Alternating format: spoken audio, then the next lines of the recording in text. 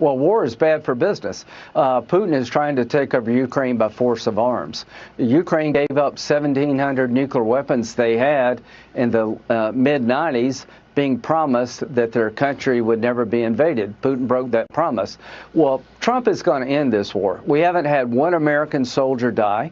President Trump is a man of peace, but he's not a man to be trifled with. So NATO is going to double the amount they spend on our common defense. Ronald Reagan tried to do that and couldn't. Donald Trump is the first president in my lifetime to get the Europeans to do their fair share.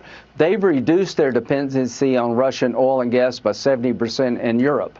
How does Russia stay in business? China, India, and Brazil buy most of their oil and gas now. Russia is weaning themselves off. So President Trump announced today, if you're buying Russian oil and gas to keep Putin's war machine running, we're going to put a 100% tariff on all your products coming into America in 50 days. And you know what? It will change this war. It will bring this war to an end.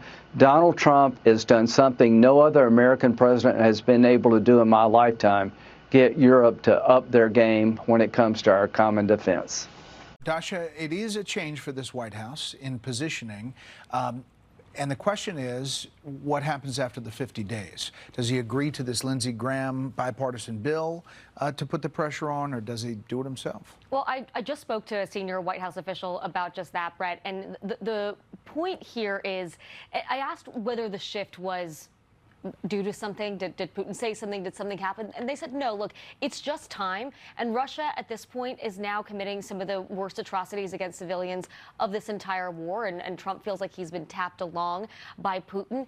At the same time, Trump does feel like Putin is the bigger fish with the upper hand here. And so he doesn't want to go full blunt force trauma against Russia right away, which is why we've really seen him hedge on this idea of sanctions. What I know is behind the scenes, the White House is very much in contact with Lindsey Graham about this, but they want the language changed to give Trump the ultimate say, to give him the maximum optionality so that it's on the table. He can threaten Putin with it, but if Putin comes to the negotiating table in full good faith, then maybe it's a different story.